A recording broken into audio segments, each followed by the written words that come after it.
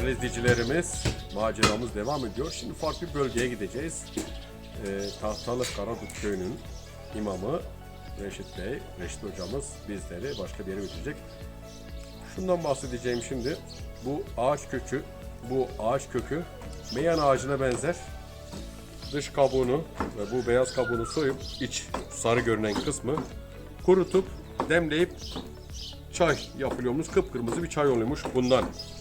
Öyle dediler. Biz de şimdi bunu bir parçada biz aldık. Kabuğunu biraz soyup şimdi hocam orada yapıyor. İnşallah bunun çayını demlemeye, tabii önce kurutup sonra demlemeye çalışacağız. Bundan güzel bir çay yapılıyormuş efendim. Kızlar ağacı denilen ağacın kökü, bitkisi.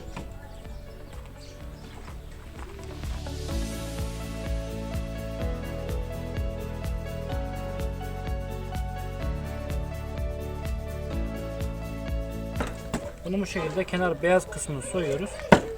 İçinin sarı kısmını almaya gayret gösteriyoruz. Çünkü dışının beyazını bırakırsak üstünde bu Allah korusun zehirlenmeye bile yol açabiliyor. Tam tersi yani şifa bulum derken Bulundayken tam tersi zehirlenmeye yol açabiliyor. Burada önemli olan beyaz kısmını sarı kısmından ayırmak. iç kısmını. İçinin şu sarı kısmını almak lazım. Evet.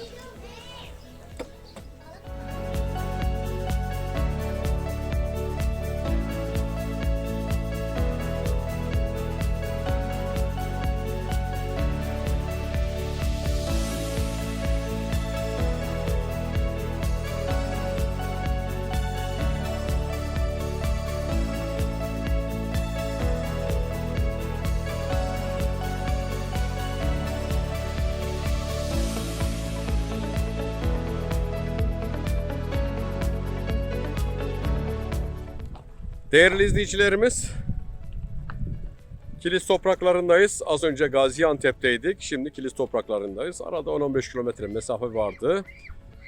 Tahtalı Karadut köyüne gittik. Onların şimdi eteklerindeyiz. Sabun suyu, sabun çay denilen çayın dibine kadar geldik. Bu köyün dibinden. Burada güzel bir manzara var. Onu da göstereyim size dedim. Şöyle bura sabun çayı, sabun suyu. Arkamda görünen şu hemen ince akan yerde orada Tahtalı köyden gelen su, dere, pınar. O da buraya gelip bu köyün, daha doğrusu bu suyun, bu derenin, sabun çayının sularına karışıyor. Az önce acı suyun oradaydık. Oradan akan su buraya geliyor, sabun çayı. Acı su sabun suyuna karışıyor. Sabun suyu da buralara kadar geliyor. Buradan efendim Suriye'ye kadar gidiyor bu sabun suyu. Ve bu sabun suyunu, acı suyun oradan gördüğüm kadarıyla en az 10 tane, benim o aşağı yukarı 10 kilometre ham yolun içinde en az 10 tane derenin, pınarın bu sabun suyunu beslediğini gördüm. Bundan sonra da tabii onlarca daha dere burayı besliyordur, pınar. Bu sabun çayını, sabun suyunu besliyordur. Buradan da işte Suriye'ye gidene kadar bu dere herhalde daha da kocaman büyük bir dere olacak. Burada dağın dibinde patikalar var. Bizim aileler orada görüyorsunuz, ağacın altında şimdi orada piknik yapıyorlar. Ben de buraları şöyle bir gezip keşfedelim dedim. Derenin suyun akışına doğru yukarı doğru gideceğiz. Birazdan orada bir pınar gözü varmış. Orayı da sizler için görüntülemeye çalışacağız inşallah. İşte güzel manzaralar. Şimdi şu sarp noktalardan biraz derenin akışına doğru, Suriye'ye doğru ilerleyelim inşallah.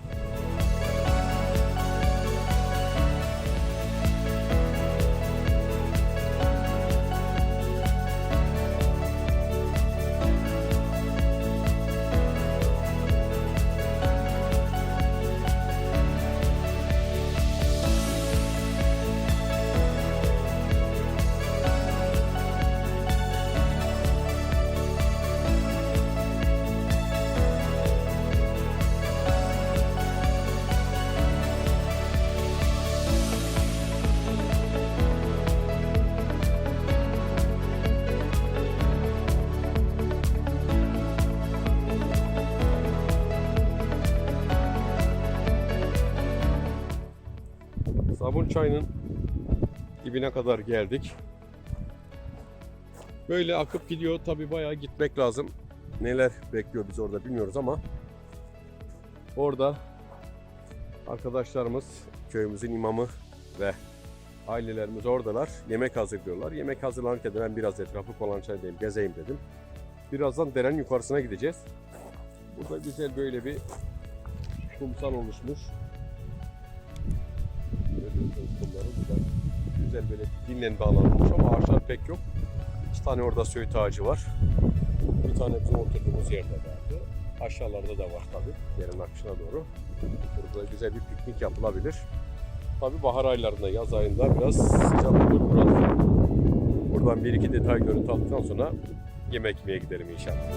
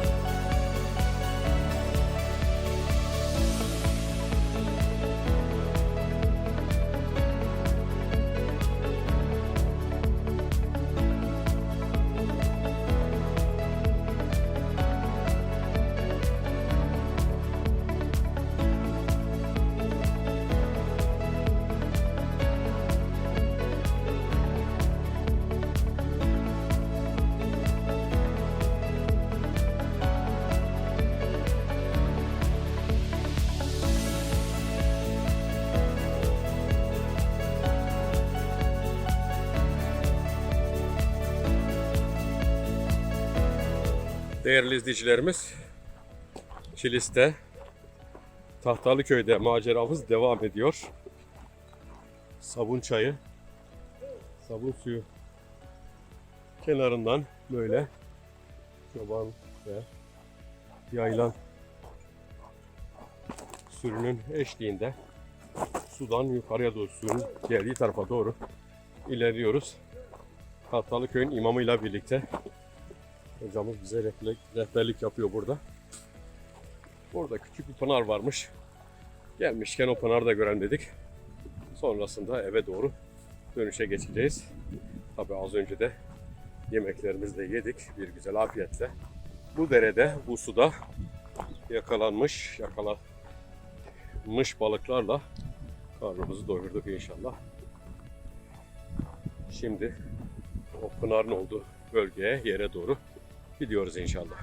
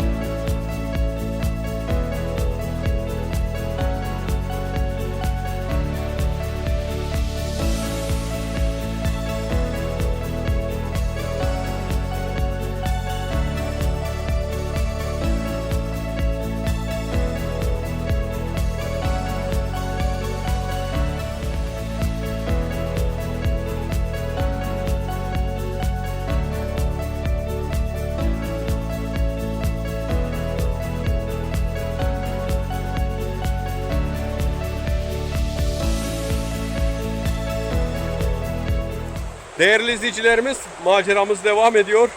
Sabun suyunun kenarında, sabun çayının yanında pınar var demiştik. O pınarı görmeye geldik efendim. Burada bir kayanın üzerindeyiz. Güzel bir oluşum. Şöyle etrafı size bir tanıtayım, göstereyim daha doğrusu. Görüyorsunuz, su buradan geliyor. İşte şu görünmekte olan kaya, bak kocaman bir kaya. Altından çiftçilerin, köylerin kullanmış olduğu su borusu var. Buradan geçiyor. Tarlalar suluyorlar tabi. Bunun altında pınar varmış efendim. Pınar var. O pınarı şimdi sizler için görüntüleyeceğiz. Hadi hep birlikte buraları keşfedelim inşallah.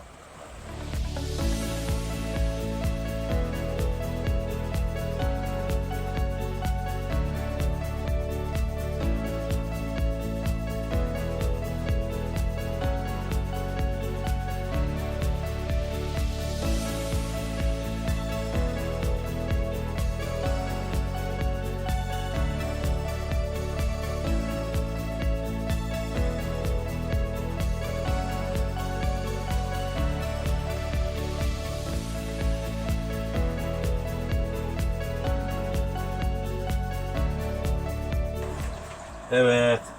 Şimdi kayanın altındayız. Pınarımız da buradaymış. Pınarı şimdi detaylı görüntülemeye çalışalım.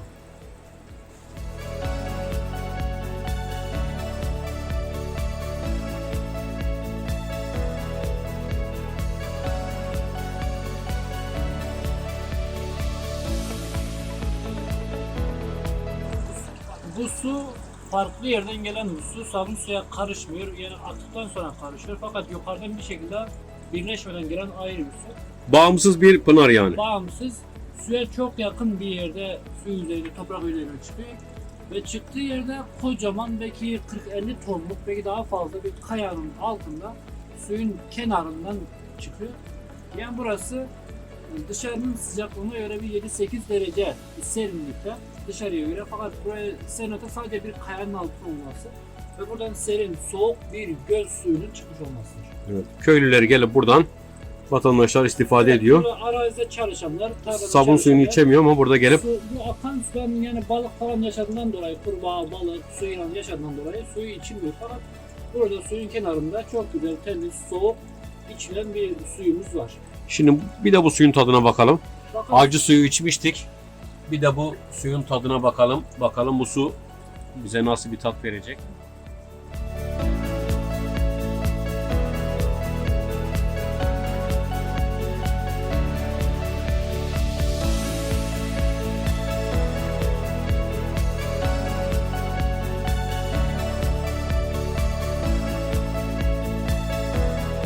Çok güzel, lezzetli. Yani niye acı değil diyeceğim. Deminden beri az önce bayağı acı su içtik. Tadı hala ağzımızda. Ama o su da içince bizi şişirmiyordu. İçtikçe içesin geliyordu ama içtikten birkaç saniye öyle böyle ağzında bir acımsı tat kalıyordu. Bunda öyle bir şey yok. Tabi o suyla bu suyun arasında 30 kilometre fark var. 25-30 kilometre fark var ama pınarlardan su içiyoruz. İlk içtiğimiz pınar acı, bu tatlı diye.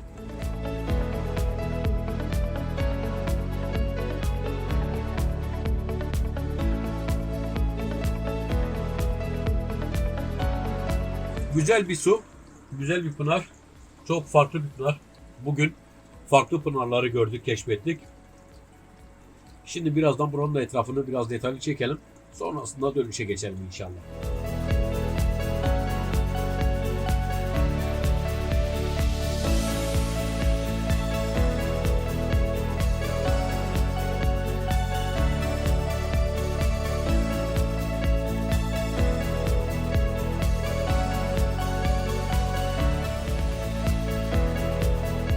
İşte böyle zorluklar, badireler, böyle yerlere tehlikeye göz alıp çıkaraktan sizler için güzel görüntüler, kaliteli görüntüler çekmeye çalışıyoruz. Devam ediyoruz maceramıza.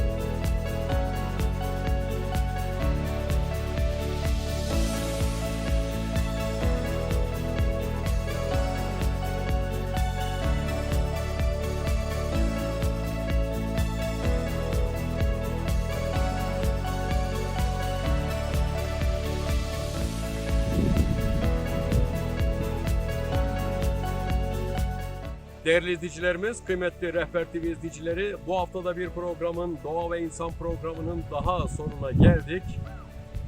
Gaziantep Acısu'dan programımıza başladık. Kilis Tahtalıköy'den Sabunsuyu Deresi kenarından programımızı sonlandırıyoruz efendim. Böyle renkli, farklı bir program oldu. Haftaya bir başka programda inşallah tekrar buluşmak üzere. Allah'a ısmarladık.